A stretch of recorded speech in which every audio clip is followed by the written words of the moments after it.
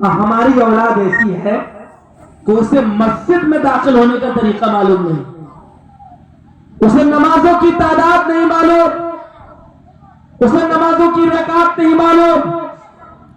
آج ہم کہاں جا رہے ہیں؟ آپ تو ماشاءاللہ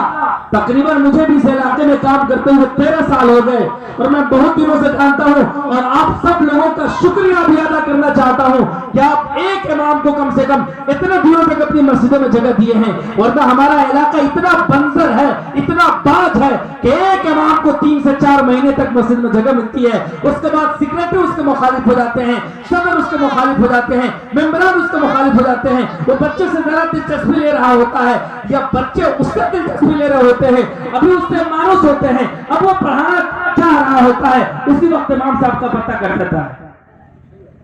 کون پڑھائے؟ دنیا میں کون ایسا اسکول ہے،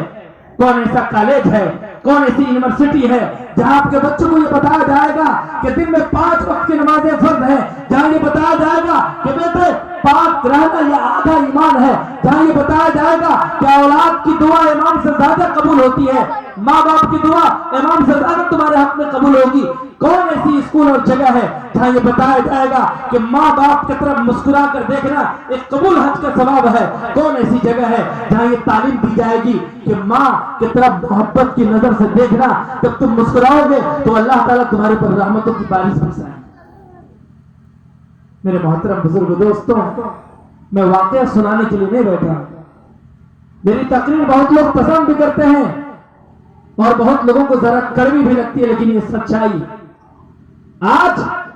ہمیں فرصت نہیں ہے کہ ہم اپنی اولاد کے ایمانی ٹمپریچر کا جائزہ لے سکیں،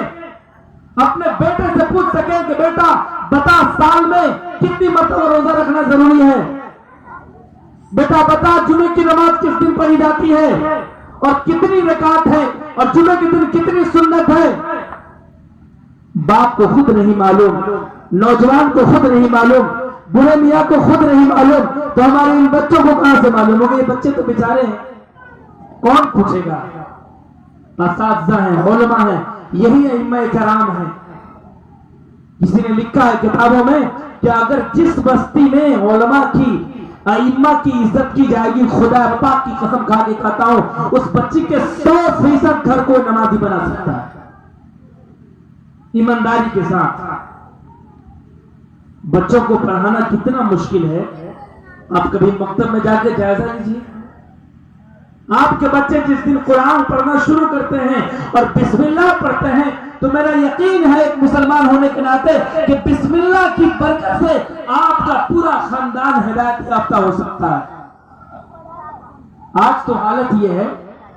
کہ بچہ پڑھنے جا رہا ہے، بچی پڑھنے جا رہی ہے، ابھی قرآن شروع کیا ہے، اعوذ باللہ کے بعد قرآن سنانا شروع کیا ہے، باپ پہنچتا ہے، بھائی پہنچتا ہے، مولانا صاحب چھٹی دے دیجئے، پرائیویٹ اسکول کا ٹائم نکلا جا رہا ہے، گاڑی آ گئی ہے، اس کا اسکول چھوٹ جائے گا۔ قرآن پڑھتے ہوئی بچی کو اور قرآن پڑھتے ہوئے بچے کے دامن کو پکڑ کے اس اسکول میں ڈال دیا جاتا ہے جس تعلیم کی کوئی ضمانت نہیں، کوئی گارنٹی نہیں۔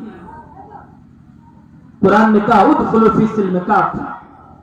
کیا مطلب ہے اس کا؟ آج ہم فخر کرتے ہیں کہ ہم 4 بچوں کے باپ، فخر کرتے ہیں کہ ہم 4 بچوں کے باپ ہیں، 5 بچوں کے باپ ہیں۔ یقیناً آپ فخر کیجئے اگر آپ کے بچے، آپ کے لڑکے، آپ کی لڑکیاں ایسے ہیں کہ مرنے کے بعد کم از کم آپ کا بیٹا یا آپ کے وہ لڑکے مرنے کے بعد کے جو رسم ہوتے ہیں، مرنے کے بعد کے جو کام ہوتے ہیں، وہ آپ کے ساتھ آسانی کے ساتھ سنت کے مطابق کر سکے۔ یہ ذلیل کرنے کی بات نہیں۔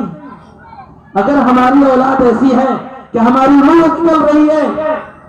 اب ہم